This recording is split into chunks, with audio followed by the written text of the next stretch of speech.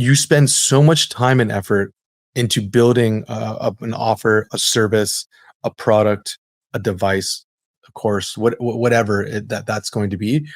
That doesn't change when it's on paid. Because at the end of the day, if you're taking too long to understand if this offer that you created, whether it's for organic growth or paid growth, you still have to figure out if it's something that people want. Today, I'm very excited to be joined by Nick Shackelford. If you don't know who Nick is, he is an expert in Facebook and Instagram media buying. He's the founder of Constant Creative, spelled with K's on Constant and Creative for those of you searching. It's a company that helps agencies and brands create content.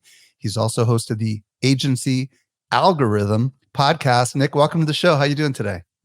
I am doing fantastic. I'm happy to be here in Southern California. It's as nice as it could be. It's a little bit toasty, though. How about you? Well, I'm filming right now in Southern California, and it's a little toasty for us as well. I'm excited that you're here. Today, Nick and I are going to explore how to build a team to scale your Facebook and your Instagram ads. Now, before we go there, Nick, I would love to hear your story. How'd you get into Facebook ads? Start wherever you want to start. I mean, it was 100% accidental, but it kind of started after my first failed career choice, which is, and if anybody's listening and is a professional athlete at the time, there's not a ton of money if you're going to choose soccer in America. Now, if I would have chose football or baseball or basketball, I probably wouldn't be doing these podcasts just yet, or even just in this field. But I actually was fully focused on trying to be a pro soccer player, and we reached a level at the LA Galaxy back in 2015, 2016. And then I realized to myself, talking to my now wife, I go, I don't think I'm going to have too much money here. And so I started coaching the youth, which is what most mid-tier to lower tier professional athletes do to kind of like scrape by. And that's kind of where this like love of paid media or growth or marketing actually began, because for me to get a couple of more dollars just to be able to put into at the time, the Prius, I needed to sell goalie gloves. And so that was like very, very early grassroots, pun intended, grassroots selling of gloves to anybody that was willing to buy them. And at that point, that was actually putting it on Shopify, getting people to click the link and buying it, and then kind of doing the whole wholesale thing back and forth. And at that time, I didn't realize that was influencer marketing, which is something now it's just such a buzzword. You know, I want to share a little story with you. We have a new stadium here in San Diego, and they have a professional women's soccer team. And I think it's called the Wave or something like that. And I was surprised to hear that they only earn a salary of like $32,000 a year, which is like crazy. So a lot of people assume professional athletes, you know, and there's only like 16 teams in this league in all of America, but it's really only like the basketball players and the professional A-League football players and baseball players that really make money, right? It's completely, you're completely on and I can't even imagine what the salaries are for the women's side of things, because even when we were kind of learning and growing into it, and to be honest with you, the LA Galaxy is probably one of like the big marquee ones. Now all the noise is about Messi coming to Miami, and there's gonna be big revenue coming in there. But even at the time when David Beckham came in, I got the tail end of that. So he was still a huge, large influence in the overall community, which drove us a lot of interest, generally speaking, for that market. But when you make the decision, and my favorite thing about professional sports, or my favorite thing about being a part of a team, which is kind of like a trend and a theme throughout my entire life, is I've always wanted to search for my locker room. That's kind of how I describe it. I like to be respected in an area of a thing that I care about. And so where digital marketing can be, where e-commerce come in, where paid media comes in, there's such a huge community. And look, you've been in this community for quite a while. You can build and be whoever you want to be in this space. You keep your integrity, you keep your ability to kind of produce for yourself and for your family. And that's why I loved it so much. It was super welcoming. Is this space, if you do it right, if you build a core product, even if you want to have a job and you don't need to build anything or be the entrepreneur, you can build a life for yourself. And I think it's so beautiful. So tell me more about like what tell me more about how you got in, like bring us through the storyline. You obviously soccer didn't work out. Sure. So you started some sort of agency. Tell us more. Well, my best friend at the time, he's like, hey, Shaq, maybe it's time to give it up. And his name is Jake. He's my partner in everything I do today. He was actually, I'm 32. He, at the time, I was probably 27, 28. So quite a while of doing this. He was launching and selling jerseys online, legally, illegal, however you want to say it. He was reselling famous soccer jerseys. And we got on this early trend in 2017 called fidget spinners. So if you are listening, you have kids, or you yourself are a millennial section like me and a 90s kid, you probably had a fidget spinner. I have a couple on my desk here. And that was my first real taste in, and kind of like a belief breaker for me is, if you find something with the correct offer at the correct time. And when we were selling these things, getting it from China, shipping it over to here, and selling it kind of a little bit of an arbitrage on the Shopify's. And that was like $20, $30 a widget. And that was my first, like, oh my gosh, choose something, pour the cash into Facebook. And there's really no other way of getting interest. And I'll even try to make that argument again today on the pod of explaining, if you have a way of distributing the information or a product, physical, digital service, whatever you have, I still believe Facebook is going to be the place. Meta Properties is going to be the place for distribution.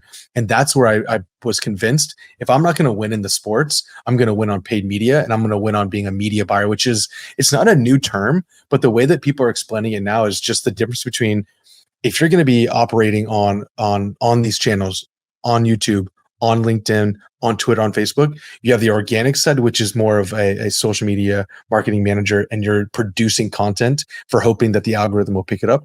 We're doing the same exact thing, but on the paid side. You still have to have a lot of those ways to get people to click and kind of go through and follow along or buy eventually.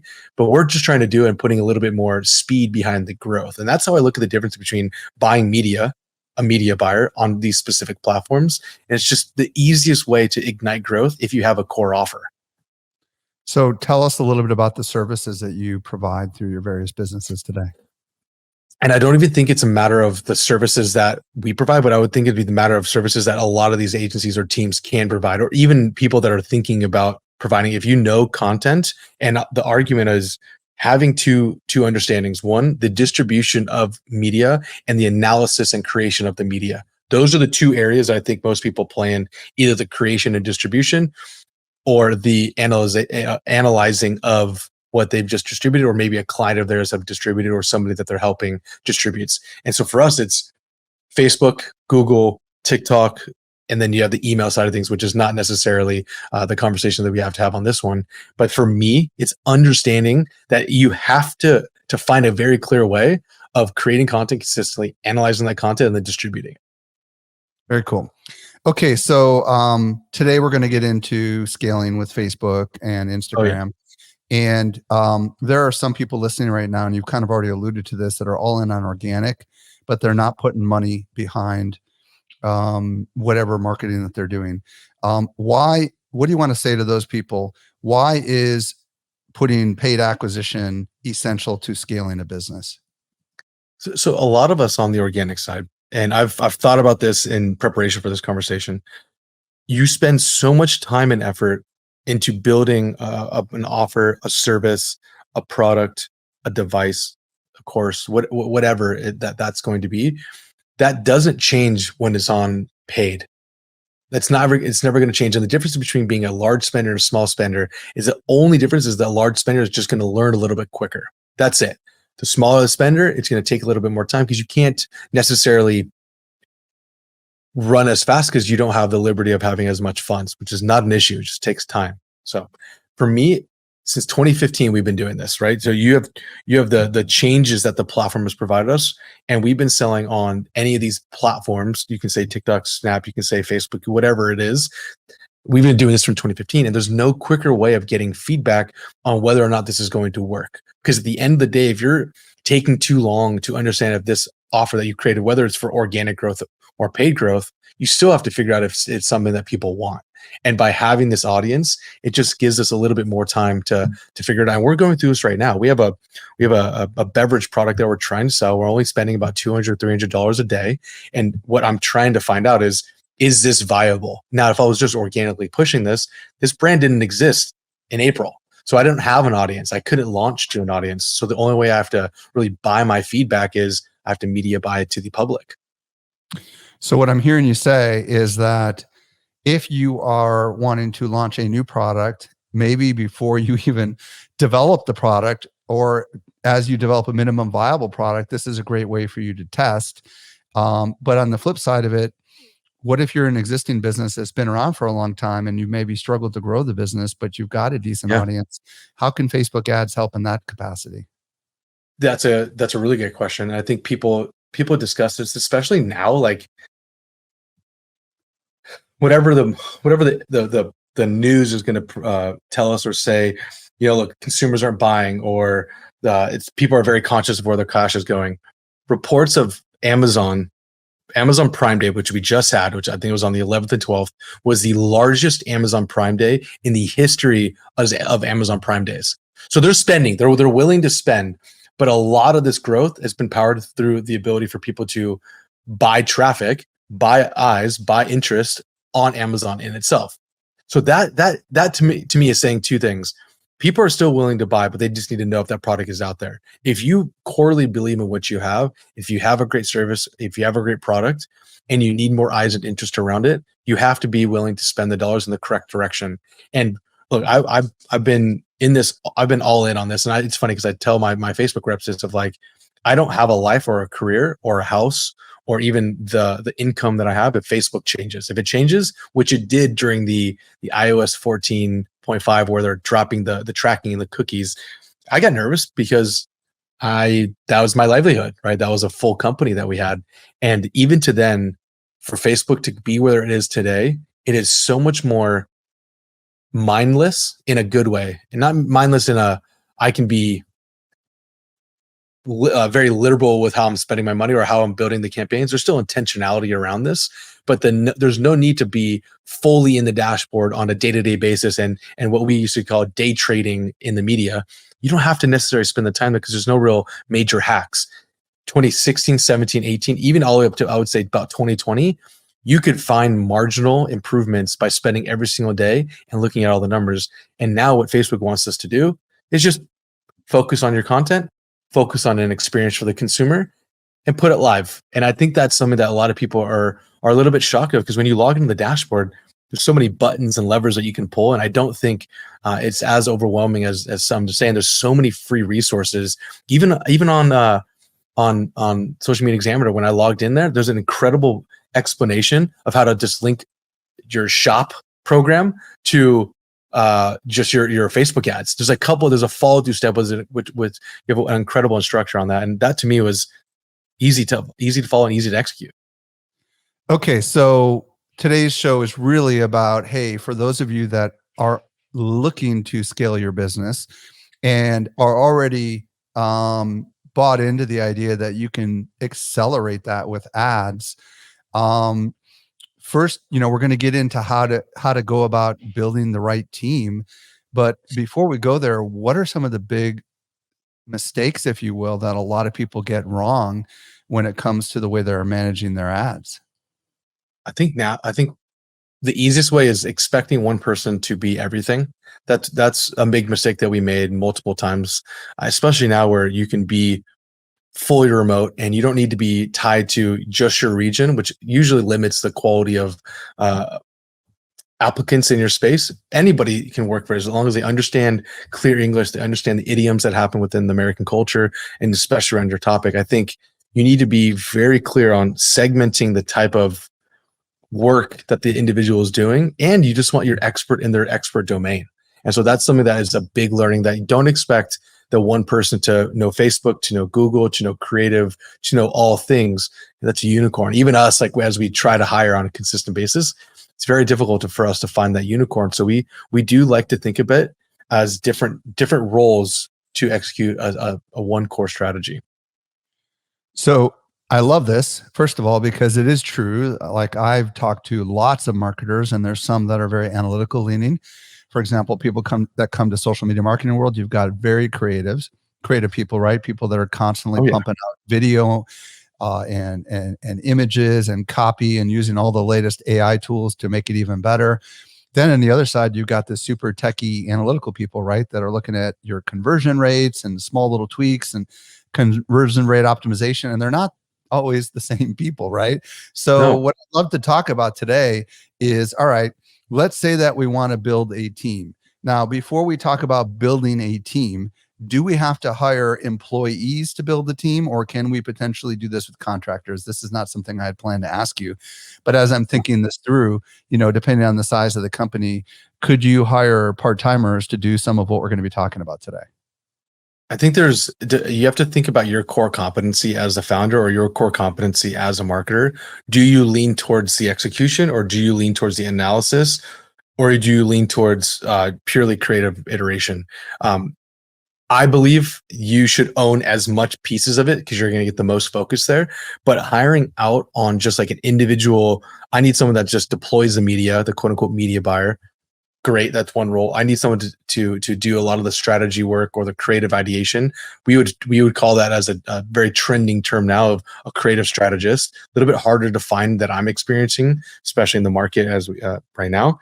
And the final piece is just someone that's just analytical. So who's analyzing the data? Who's analyzing the creative overall? I do think you could find a core person to analyze this, but I would start in what is your core competency.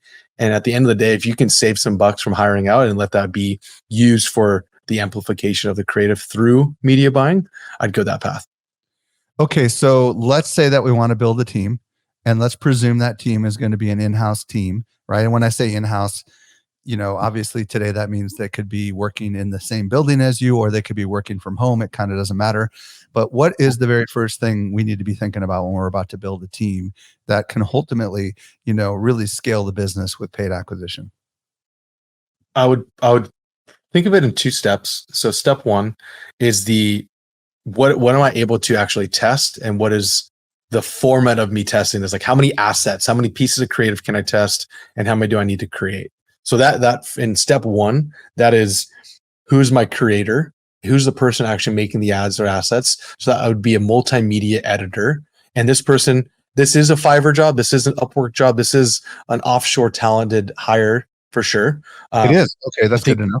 Yep. I do. And the biggest, and I'll explain that structure, why I believe that path, because that's one that we've gone down towards both onshore and offshore.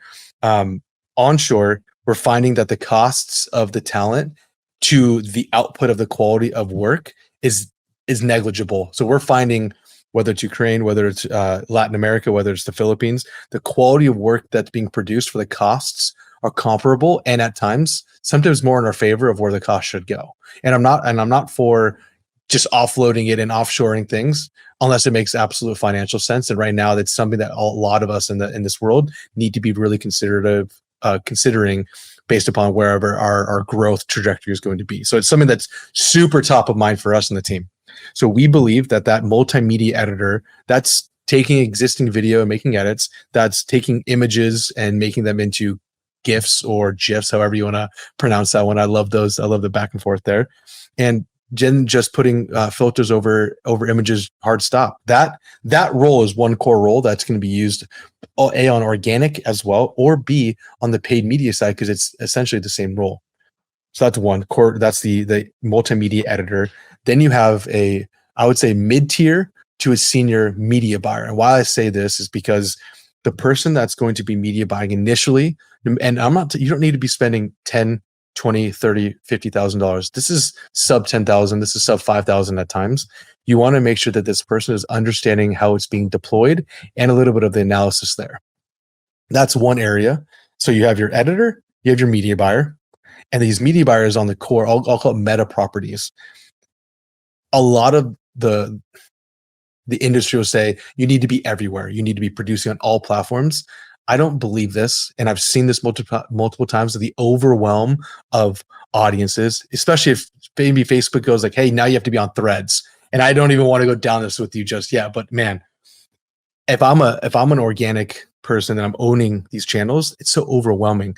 Focus on Meta. It can do majority of what you need done there. And it's already two platforms in it, right? You have Facebook and you have Instagram already within that stuff. And why I'm not including Threads. Real quick, I think we know why we're not going to worry about Threads. They don't have an ads product yet, obviously, and we're talking about ads. But this multimedia editor can likely be someone who's not based out of your home country. It could be someone where it's more economical. On the mid-tier to senior media buyer, is this also typically someone who is not in your country? So why I'm leaning towards, so we have both. We have offshore and onshore. Why I'm leaning towards onshore is because at your first taste of paid media, you're going to want to be able to, you're going to want to trust this person and have them be more reliable. And in my experience at the beginning, at the lower levels of spend, especially on what you're comping people at the start, you want this person to be stateside. You want this person to be within your time zone. You want this person to be collaborative with you. And in my experience early on, and look, this is a little bit more of a spicier take. I don't want a flight risk. I don't want someone losing internet. I don't want someone that's not going to be able to reply to me for 12 hours until they're back online. So I really want this person within a 3-hour time zone. So that's, some people might feel differently, but in my experience, you want them closer. Okay. So keep going with where you were going. So we're talking about building a team. And the first thing you said is really the multimedia editor and then the Correct. Senior media buyer. And what did you say the salary range was typically for that kind of job? I would imagine it depends whether you're in Los Angeles or New York or in other outskirts of America, right? Correct. That's a great call. I would say you're expecting to pay anywhere between 45,000 and 75,000 to manage these channels, specifically Facebook and Meta. And that would be full analysis, and that's a senior role. That's someone that you're going to be able to shut your brain off and have a great conversation with. And you're having a lot more talent in Middle America here. It's even us, like being an LA and New York based company, we're finding quality talent in Texas and some of the southern states too. Okay, so in this first step, what kind of work are these people doing? What's some of the things that are involved here? So it's budget planning and it's budget planning on the paid media style, and then giving creative strategy and feedback to the multimedia editor. So that role is essentially, hey, I'm going to brief is what we will call it. I'm going to do a creative brief and request these edits to be done based on the content that the media buyer has either shot or the company has shot. And then they're planning on where they're going to be spending the budget and at what frequency are they going to be spending that budget, because a part of this role is allocation of spend as well as the analysis of that spend. And that's why we want senior. If they're touching the dollars, that's going to be given the lifeline or some sort of trajectory, positive or negative for my company. I want them to have some financial literacy and able to justify why they're spending the money or why they're not spending the money. That's another very important role. So that's why I always say a senior buyer touching our cash, touching our distribution of revenue. And so that role is, here's what I want. Here's my briefs. Secondary, here's how I'm spending the money. Third, here's how I'm crafting the offer around the products. And it doesn't have to be physical products. It could be digital. It could be a service. It could be whatever that offer is going to be.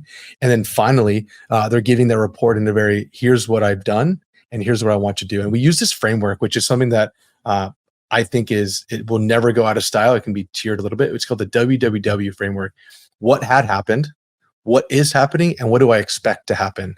And if I can ask a freelancer or my core team that's in-house, hey, what had happened? Here's my write-up. Here's explanation of what happened. Okay, cool. Based on that, what is currently happening? Here's what's happening. And then, okay, based on that, now, what do you expect to happen? And that question, if that media buyer and that team is working in that framework, there's no way you should never feel like you have enough context to give them ideas or allow budget to be spent. On the multimedia editor, is the assumption that someone else in the company is already creating content, or is this creator, this multimedia editor, creating content on behalf of the company? And I'm specifically thinking about like written content, visuals, and maybe video. It's a great question. Good clarifying.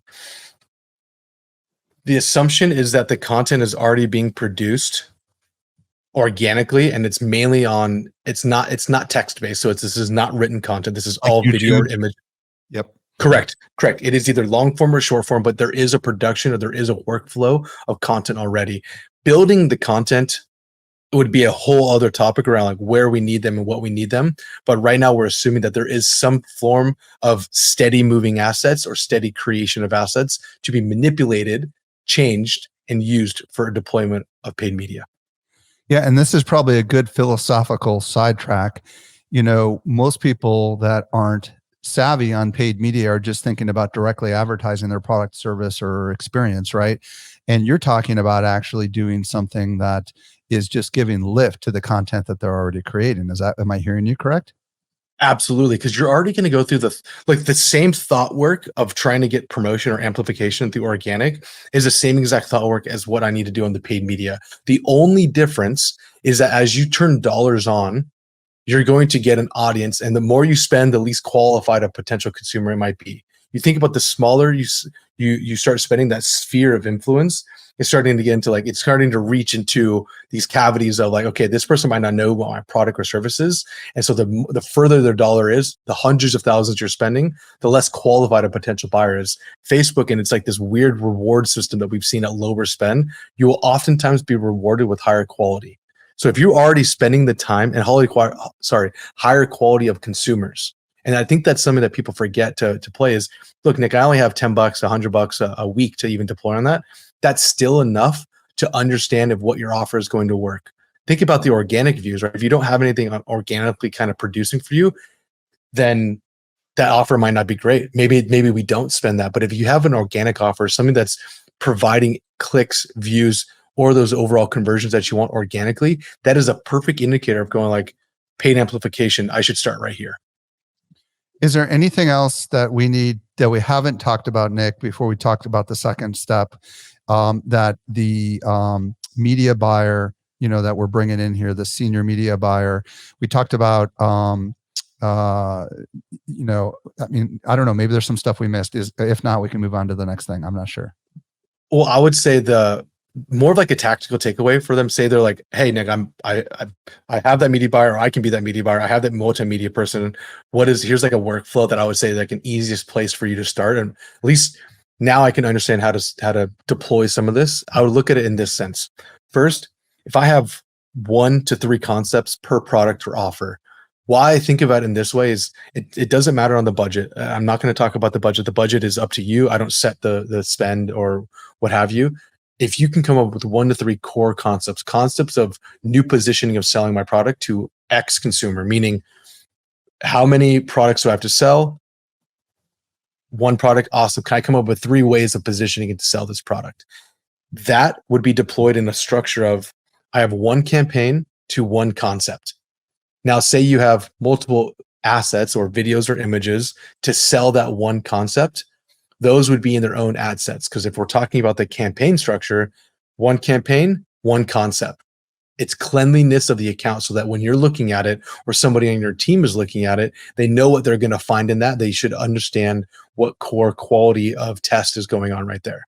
That to me is very important for people to understand, is the structure and organization of Facebook is so much more advanced than it was just in 2020 because they've had to up level because of the loss of data. Keep it simple with 1 concept, 1 campaign. Now, if you have multiple concepts for the same product, no problem. Each concept its own campaign, just so you can kind of compare the two and you don't get them mixed up with what's really driving revenue or not driving revenue when you do end up choosing to push that button live. And then how we like to view it, and this will lead into the step 2 of what would happen next. We want to view it in a 1-3-7. What I call is like day 1, I'm just looking to see if my clicks or if my click-through rate is completely out of whack, meaning I'm not getting enough or I'm getting too much. Something there is great or something there is not good enough. I'm getting $5 or $10 clicks. Maybe we have something wrong. Or if I'm getting vice versa, 0.001 cent clicks, what happened? Why is this working so well? Maybe I have hit a main vein in Facebook. Maybe I can put a little bit more gas and add some more budget there. But generally speaking, we're just analyzing on that one day. I don't want to make too many changes. Then we'll come into the third day. Third day is now I'm starting to see, okay, it's been live for at least 2 days because the first day maybe you launch midday. I'm going to be able to understand, do I need to turn things up or do I need to turn things off, which is the 2 frameworks of it's either up or it's off. If it's just in the middle and it's not working, chances are it's going to stay that way for quite a while. So why would I want to spend and waste that budget if it's not giving me a clear indication of either way? And then we'll do that same framework of up or off at day 7. Day 7, it's gone through your Monday, it's gone through a Wednesday, and it's most likely going towards the weekend where you get a little bit of different of change depending on the type of product. That to me is that 1-3-7 of that's just the simple analysis, which the senior media buyer is actively going through. That to me feels really comfortable on just a basic framework of how my campaigns are set up and how the analysis should be. I love this. Okay, so in summary, so far we've got this media buyer, ideally a senior media buyer that we've hired that is native to our country, right, and is understanding how Facebook and Instagram works. And one of the things that they're doing is they are analyzing on day 1 and day 3 and day 7, right, which is kind of going to be part of I think what's going to make you feel confident as the director of marketing or the CEO of the company, you've got somebody who's actually keeping a pulse on what's going on instead of like just setting up the ads and disappearing, which is exactly what you get when you hire a contractor, right? Yep. Which is frustrating, which is like, I get this all the time. I've been in this space for so long, and the worst thing is when someone isn't following along. And that's why I give like the simplest of frameworks: what had happened, what is happening, where are we going? Like, if they can answer those questions, I don't need you jumping on a call with me every single day. Like, a lot of people at these lower spend levels feel like, oh, I need all this input. There's only so much you can learn. So I can go on that forever. So I'll digress. Step 2, if we're getting into step 2, the analysis part of things, this is why we want a mid to senior media buyer to understand, to be able to kind of produce the analysis here. And then this is starting to get into this new trendy topic, which I hope most people start to realize that this is a real thing. And it's not just a fad. This is here to say is a creative strategist, the person that's in charge of analyzing creative performance, which, look, before we all assumed, well, that's your media buyer. They should be able to analyze the creative and analyze the overall performance and request budgets, manage it. In my mind, I would love for that to be that person, but it's not that way as much anymore. You can find these unicorns. These people do exist. It might even be you because you're the founder or you're the lead of the department. But generally speaking, splitting this out, you're going to be able to pay a little bit less for someone that just focuses on a core role. And you don't need all of their time, especially at that lower spend marks. But this creative strategist is now focusing on 2 sets of metrics. You still need your buyer. You still need your senior buyer to understand if it's driving your conversion, whether it's a physical product or digital product or lead source, lead acquired. But we're going to be focusing on these 2 areas that not too many people talk about. The thumb stop ratio, which is generally for creative, that is a video or more than 3 seconds long. And it's 3-second video views divided by the total impressions that they received. And why this is important. In Meta, when you're scrolling and you're starting to see some creative or a video that's playing on Instagram or Facebook, you're not going to be charged until an impression isn't going to be recorded. AKA, we're not going to be charged for that impression until 3-second videos have gone. 3-second video views have gone. So they have to seen it. So if you take analysis right now, if you're listening to this, how many types of ads are you seeing that you're actually watching for more than 3 seconds? Generally, you're scrolling, scrolling. So you don't even see these things hit. Well, I don't want to be analyzing performance of creative if I'm not hitting a minimum threshold of 3 seconds where I'm getting charged at. So if you're putting this new, let me back up the train. I love this concept, and I want to back up to this creative strategist role just so people can wrap their head around why and how it's different than a senior media buyer. So what we know so far from the very get-go is you said, look, it's very rare for someone to be able to be a creative strategist and also to be a media buyer. So we're getting into the analysis side of this, but help people understand like what kind of person do they need to hire in order or to be thinking about hiring, like define the role of what a creative strategist does so that they can wrap their head around it. Because for a lot of people, this is a new concept. Yeah, got you. Thank you for backing me up on that. I was moving and grooving on this one.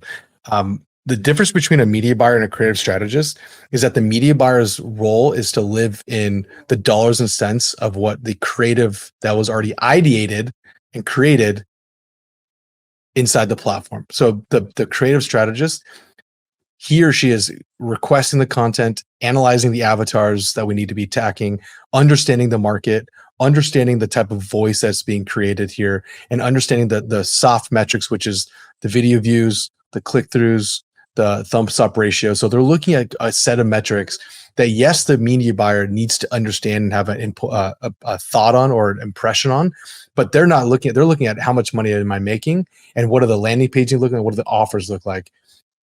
The creative strategist needs to be thinking of what type of content do we need to be testing consistently, how much do we need to be spending on this type of content, and is this type of content the ideal customer that's going to be driving for my offer, physical product or digital product. So that those relationship of the past, and you can see just in that explanation, you're like, well, that could be the same person. It should be, it was, but it no longer is because of how fragmented the ability to hire offshore and onshore is and the costs of these two. If I'm looking in our agency where we're both on creative and paid media, I'm able to find way more media buyers that that understand paid media but don't understand creative.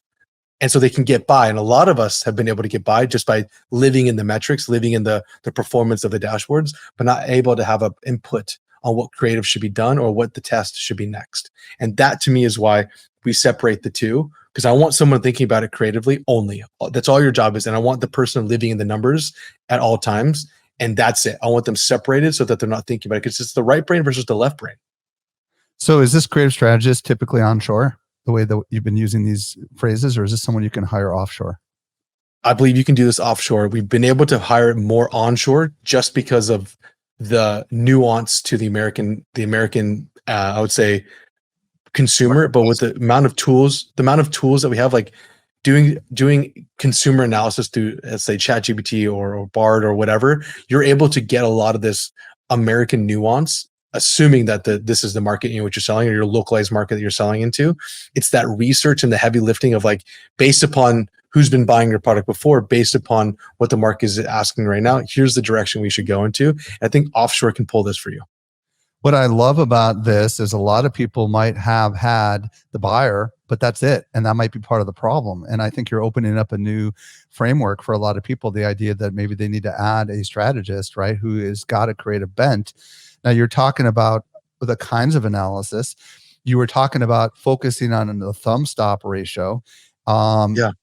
Give us a little bit of an abstract on that, because I know I broke you right midstream where you were going on that. And then let's talk about the other stuff that this person might be analyzing as well. So you look at the hard metrics and soft metrics, and in this explanation of this, hard metrics are CAC, cost to acquire the customer, ROAS, return on ad spend, new customer acquired. That's the media buyer. That's the head of marketing that's analyzing those numbers coming in. But they're not necessarily focused on a lot of the soft metrics, which will indicate the importance going down, which will indicate maybe some of this creative is incredible, but it's not driving revenue. So for thumb stop ratio, it's the 3 seconds divided by the overall impressions. Are people stopping and watching this piece of content? That's the first, like, heads up of, like, are they even stopping? Are we even getting the intention? Is the hook good enough to kind of get them to even slow down and stop and watch?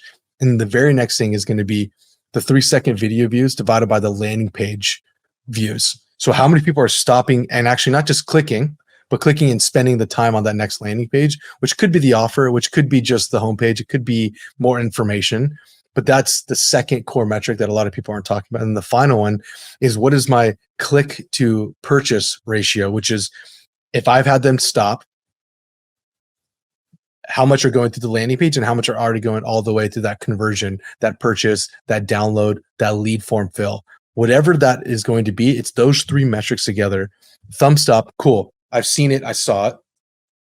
3-second thumbs up to the landing page. You go, cool. I've seen it, saw it. Now I'm already off into your own domain. And that final one is seen it, saw it, clicked, and now I want to get all the way to that conversion event. Those 3 simple metrics adding into the traditional dashboard you have. And there's a lot of good resources around this. There's a team called Use Motion, which is like an analytical tool that you could even use. But they have great content of just, like, here's how to set your dashboard up. And I really appreciate them doing that kind of stuff. Okay. So how do we hire a creative strategist? Because this might not be a job that is widely understood.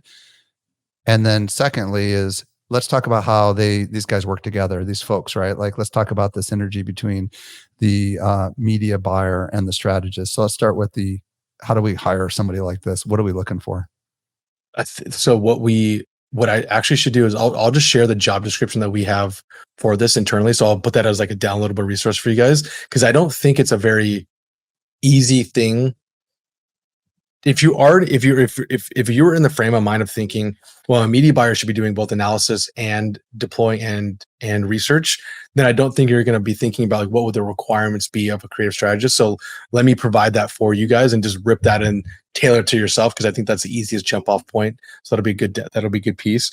And where you would find these people to hire right now, the place I know to find them would be, honestly, I don't even know. I don't know where this would be an open role. Yeah, and we don't need to worry about where to hire them as much as, like, I love the fact that you're going to provide a job description, but like, what, just off the top of your head, what are a couple things we're looking for somebody to know whether or not they've they've got the makings of a good creative strategist. Just a couple things off the top of your head, and then let's just talk about how, once you hire them, the interconnection between the strategist and the media buyer. So first, they know the dashboard of Facebook. They've worked within the dashboard of Facebook, and they're going to be able to articulate back to you what core metrics are leading indicators and what core metrics are lagging indicators. Leading being the click-through rate, the thumbs up ratio, the click to purchase, those important metrics. And then they're able to understand, well, yeah, my ROAS or my cost to acquire a customer, they're going to be able to speak two different ways to you: the metrics for the dollars and cents and the metrics of the views and the clicks. That's the easiest place for starting on this. And then I would say that they have the familiarity of like justifying a piece of creative, why they believe it's good or why they believe it's poor. And so for you to like test out or interview these people, I would show them some of your best ads that have worked in the past and some of the worst ads that worked in the past, and just asking their articulation of why they believe it would work or wouldn't work. Now that discussion of having clear reasoning why they believe things were working or not working is going to get you far along. And then them being able to read the tools or understanding those core metrics. And there's going to be an education around that for sure. And I wouldn't expect anyone to kind of know this off the gates, but if they're corely just focused on not needing to actually run the paid media, but just analyze and do the research side, the avatar building is something that a lot of the organic content creators or organic social media managers will already understand because they're having to do this anyways. Okay, so set the vision. Imagine you have a great senior media buyer and you have a great creative strategy. What does it make possible? Like, let's talk about like how they intersect and the beauty that can come from this thing that you're advocating. This is my favorite. Okay, so say we have our monthly content planning. And you already have, this is the type of content we're producing for my organic channels. The organic channels that the creative strategist is like, cool, here's all your long form content, here's all your video content, here's all your images that we're going to be producing for our already in motion content for organic. Based upon the performance of the clicks driven, the views, the shares, the creative strategist is going to come in and is going to flesh out more detailed videos that we need to be making, pieces of the video that would turn into great ads or assets that we can kind of deploy in paid media. And then through the recommendation of what do we already have working and what can we make sure we can create more of on a consistent basis? What is the rotation of types of this type of content on a monthly and weekly, honestly, weekly basis? Because that speed of creation is then going to be up to the media buyer to choose how much money do I need to put behind this? And so having the creative strategist briefing the multimedia editor so that the media buyer doesn't have to do it. They can just live in the metrics and provide the reports back, and then have the creative strategist that's able to find more avatars or find more creative, I guess, structures to be tested would be best for the media buyer to no longer have to live in those ads or no longer have to understand exactly what piece of that creative was so compelling that got consumers to click and purchase through. And so that when the media buyer's job is just all the assets have been given to me, my tests are clean, my report of numbers of revenues are clean, and now I can start focusing on what type of offers would best resonate with my potential buyer. And when you have that, do you find that all of a sudden you're getting better conversions because you got the right people in the right roles doing the right thing? I think the focus kind of clears up. Like, you understand what you need to be doing at all times. So you're not stuck in this thinking and trying to be creative when you need to be analytical, or vice versa, just being kind of like bogged down in the numbers and being bogged down in the ideation. Because one or two of these types of roles, you're going to find that you as a media buyer gravitate to one direction. If I gravitate more to creative, I might not spend the necessary time of analysis in the account. Vice versa, if I'm not a very creative individual, but I like to live in the numbers, I'm not going to spend the time I need to ideate on new concepts. So when your role is very specific on what you have to execute, the speed and the cleanliness and would result in overall performance, or at least the feedback of what needs to be done quicker so that I can kind of iterate faster. So that, to me, like, speed is savings. And I always like to use that within the team. It's because even if it doesn't work, I know that I don't need to invest more time in this direction. So let's change and go to another area. That to me was the most weird realization that I have, because marketing teams, whether it's in an agency or whether it's in an internal team, it's the same expectations. We have to generate revenue. We have to preserve the overall loss of, I would say, less valued ad spend. Those are the roles, both whether you're hiring out or hiring in. That's what they have to focus on. So there's no difference between each team's how they need to operate. The difference would sometimes be on the ad agencies.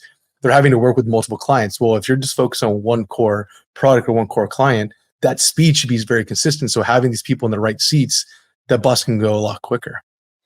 Somebody is begging me to ask this question. I can already hear them in their brain. They're saying, Mike, you told me how much it costs for a senior buyer. What should I budget potentially for a creative strategist? I know somebody's thinking that, because in their mind, they're paying an agency over here a lot of money, and they're trying to see whether or not it makes sense to bring this in-house. So what would it cost potentially to hire a creative strategist, assuming you were hiring someone offshore? So you're looking, I would actually recommend the offshore at the start too, just because the research and the analysis and the tools they have at hand. You're looking to get away with this between 15 to 25,000. Wow. That's a year, and that's a yearly contract. And this is they don't need to be beautiful, perfect English on this. This is the part that is most important. It doesn't have to be perfect and beautiful English. Needs to be their process of research, the process of iteration, the process of recommendation is so much more important than the English in which they're speaking back to me, because they don't need to talk to anybody. They need to talk to me. If I can understand, I can see what they're thinking, and like it's clear and understandable concepts. Thank you. I'll take that all day. Wow. Well, Nick, I know a lot of people really enjoyed today's interview, because it's not normal that I talk about something like this. And that's why I was so excited to bring you on the show. If people want to connect with you on the socials, do you have a preferred platform? And then also, if they want to check out your company, where do you want to send them? First off, I'm glad you're jumping outside and giving people like myself an opportunity to talk about these things. Constant Creative with 2Ks. We're going to do something special so that when you're able to kind of like land there, you'll be able to find more information on us through you and your team. And then I am Shackleford on Twitter. I'm super active on it, and I love that platform. So very grateful for your time and your questions, brother. Oops, sorry, I was muted. Shackleford is spelled, for those listening. You want to spell your last name for everybody? Thank you. Shackelford. Shaq L. Ford. Okay, and then as far as this job description, I'm assuming that we'll go ahead and put that in the show notes that you were offering to give me, or did you want them to get that on your website? And if so, no, we'll put it in the show notes, right? It's nice and simple, yeah. Okay, cool. Nick Shackleford, thank you so much for coming on and answering all my questions. I really appreciate it. No problem. We'll see you soon.